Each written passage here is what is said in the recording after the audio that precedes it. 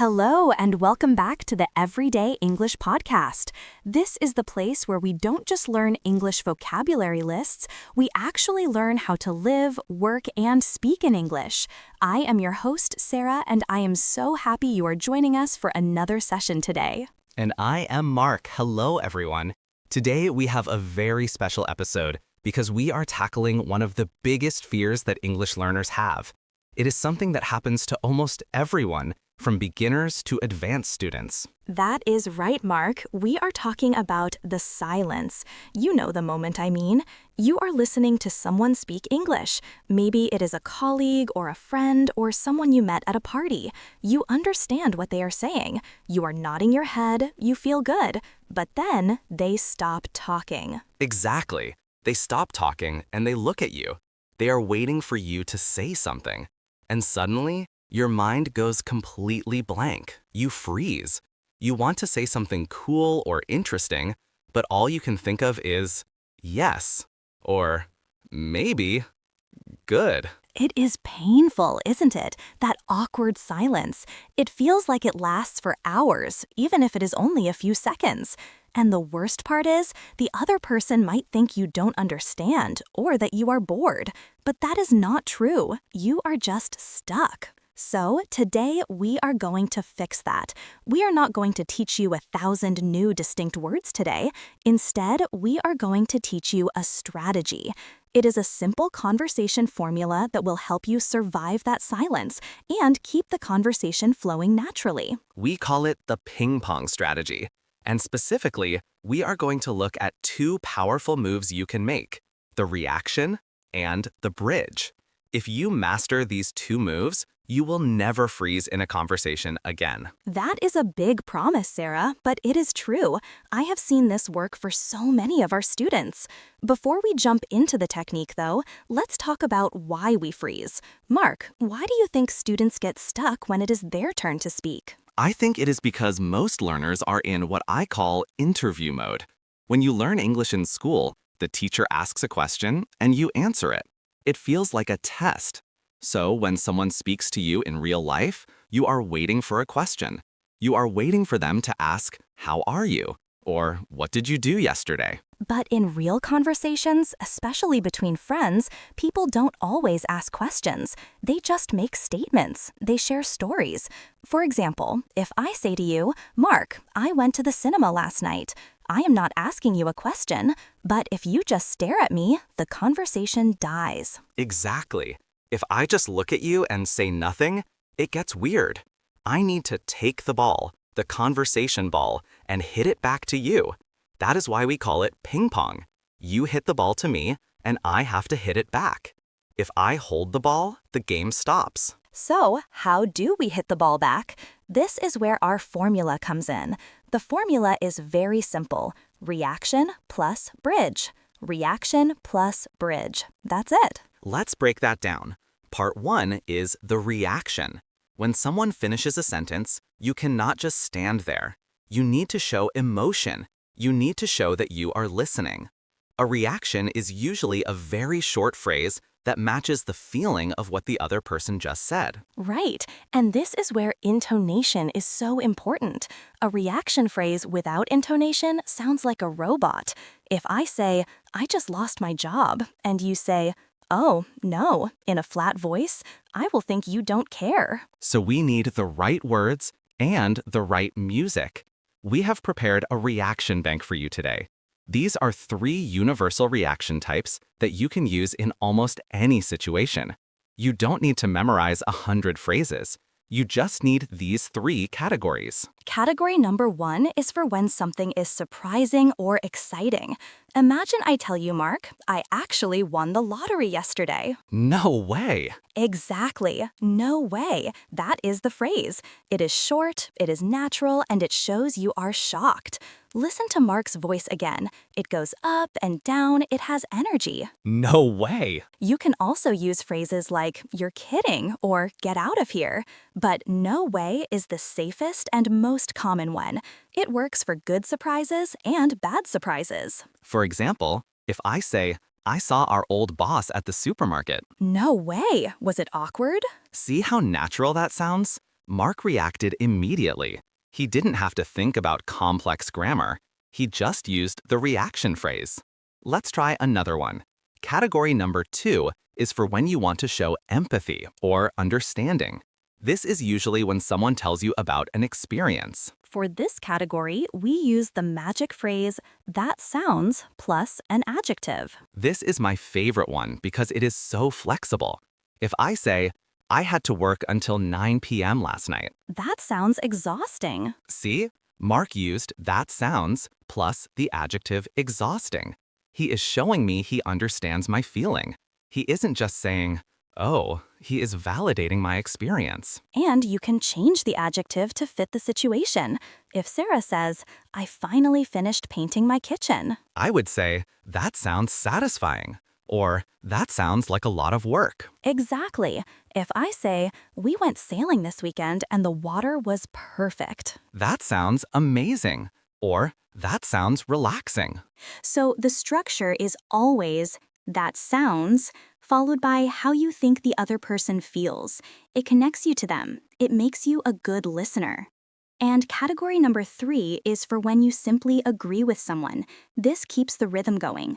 The best phrase here is simply, totally. Totally. It is informal, it is friendly, and it means I agree 100%. If I say, it is so hot today, totally, I am melting. Or if I say, English grammar is really confusing sometimes, totally, it makes no sense. So those are your 3 tools for the reaction. No way for surprise, that sounds for experiences, and totally for agreement. If you only do this, you are already better than 50% of English learners. You are participating, you are emotionally present. But reacting is only half of the strategy. If you only react, the conversation might still slow down. You need to hit the ball back so the other person talks again. And that brings us to part 2, the bridge. A bridge connects your reaction to a new topic or a deeper question. It gives the other person permission to keep talking. The biggest mistake students make here is changing the subject too fast. If Sarah says, I went swimming yesterday, and I say, do you like pizza? That is not a bridge. That is a cliff. The conversation falls off the cliff. Yes, please don't do that. A bridge needs to stay on the same topic. The easiest way to build a bridge is to use the curiosity rule. You simply take one word or one idea from what the person just said, and you ask a question about it. Let's go back to the swimming example. Sarah says, I went swimming yesterday. Step 1, I react. That sounds refreshing. Step 2, I build a bridge, using the word swimming. I could ask, where do you usually swim? Perfect. You used the topic she gave you. This makes the other person feel interesting. People love to talk about themselves. If you ask a question about what they just said, they will love talking to you. Let's look at the anchor of this technique. Imagine the conversation is about sailing. In the episode you might have heard recently, 2 friends were talking about going into the water. If someone tells you, I tried sailing for the first time this weekend, first, react. No way. Then, bridge. Was it difficult to learn? Notice how Mark asked about the difficulty. That is a great bridge. Other bridges could be, who did you go with? Or where did you go? Or simply, was it scary? All of these are simple questions. You don't need advanced grammar. You just need to follow the thread of the conversation. So the formula is reaction plus bridge. Reaction shows you care, bridge keeps them talking. When you do both, you become a conversation master. The other person does most of the talking, but you control the flow. Now, before we practice this, I want to ask you a favor. If you are finding this explanation helpful, please consider subscribing to the Everyday English podcast channel. We create these episodes to help you navigate real life, not just pass a test. By subscribing, you will get our deep dive conversations and our short lessons every week. It really helps us support you. Okay, are you ready to put this into practice? We are going to do a simulation. This is where you, the listener, get to train. You are not just listening anymore, you are participating. We are going to play out a few scenarios. I will say something to you, then there will be a pause. In that pause, I want you to speak out loud. Yes, out loud wherever you are. I want you to give me a reaction and a bridge. Don't worry, we will guide you. For the first round, we will tell you exactly what kind of reaction to use. Let's try scenario number 1. Imagine I am your friend. We are having coffee. I look tired. I say to you, I have been studying for my English exam all weekend. Okay, listeners, your turn. I want you to use an empathy reaction. Remember, that sounds, and then ask a bridge question. Ready? Go. Okay, Mark, what could they have said? They could have said, "That sounds stressful. When is the exam?" Or, that sounds hard. Are you ready for it? Did you say something like that? If you did, great job. You kept the conversation alive. If you just said, oh, try again mentally. That sounds tough. When is it? Let's try scenario number 2. This one is happy. I just came back from a holiday. I say to you, we finally went to that new Italian restaurant downtown last night. Okay, listeners, this is a positive experience. Give a reaction, maybe surprise or excitement, and ask a bridge question about the food. Go. Mark, give us a model answer. I would say, "No way. Was the pizza good?" Or maybe, "That sounds delicious. What did you order?" See how easy this is? You don't need to invent a new topic. You just piggyback on what Sarah said. She said restaurant, you ask about food. She said downtown, you ask where exactly. Now, let's make it a little harder. Scenario number 3. This involves the topic of hobbies, like in our recent listening episode. I say to you, I am thinking of taking up a new sport. I really want to learn how to swim properly. Listeners, you have to choose the reaction. Is this surprising? Is it good? You decide. And then ask a bridge question. Go. All right, Mark, how would you respond to that? I might say, "Totally. Swimming is great exercise. Have you found a pool yet?" Or I could say, that sounds like a good goal. Do you know how to swim at all right now? I love that second one. It challenges me a little bit. It makes the conversation deeper. Now I want to talk about what happens if you don't hear the other person clearly. This is a common worry. You want to react and bridge, but maybe you missed a word. This happens to me too, even in my native language. If you didn't hear, you can still use a variation of this technique. Your reaction can be honest. You can say, oh, sorry, and your bridge can be a clarification question. For example, if I speak too fast and say, I went to the Beast TSDF last night, you can say, sorry, I didn't catch that. You went where? That is still a ping-pong move. You hit the ball back. The worst thing you can do is just smile and nod if you didn't understand, because if I just told you my cat died and you smile and nod, that is a disaster. So true. Being honest is part of being a good conversationalist. Now let's try a slightly longer simulation. We are going to do a continuous conversation. Mark and I will talk, but we will leave a space for you to be Mark. Okay, I will step out of the role. Sarah will talk to you, the listener. You are Mark. I want you to keep the conversation going for 3 turns. Are you ready? Okay, imagine we are at a bus stop. It is raining. I turn to you and say, I can't believe the bus is late again. It's been 20 minutes. Your turn. React plus bridge. Okay, hopefully you said something like, that sounds annoying. Is it usually this late? Or, totally. Do you think we should call a taxi? Now I respond to you. I would call a taxi, but I left my phone at the office. I am having such a bad day. Your turn. React plus bridge. Did you show empathy? You should have said, oh no, that sounds terrible. Can I help you? Or, no way, that sounds stressful. Do you want to use my phone? Then I say, oh, that would be amazing. Thank you so much. You are a lifesaver. Your turn. React and close. Here you could say, totally, no problem. Here it is. Excellent. If you did that, you just navigated a stressful situation in English with total fluency. You didn't panic, you listened, you reacted, and you bridged. I want to point out something important about the bridge questions you are asking. Notice that they are mostly open-ended questions, or at least they invite a story. If you ask a closed question, like, did you like it? The answer is yes or no. Then the conversation might stop again. Right. If Sarah says, I went to Paris, and I ask, was it good? She says, yes, and then silence again. But if I ask, what was your favorite part? She has to tell a story. She has to give me more information. So when you are building your bridge, try to use question words. Who, what, where, why, when, how. These are your best friends. Let's review the curiosity rule again. If I say, my brother is visiting me next week, a closed bridge would be, is he nice? An open bridge would be, what are you guys planning to do? See the difference? The second question opens up a whole new path for the conversation. We can talk about plans, tourism, restaurants, travel.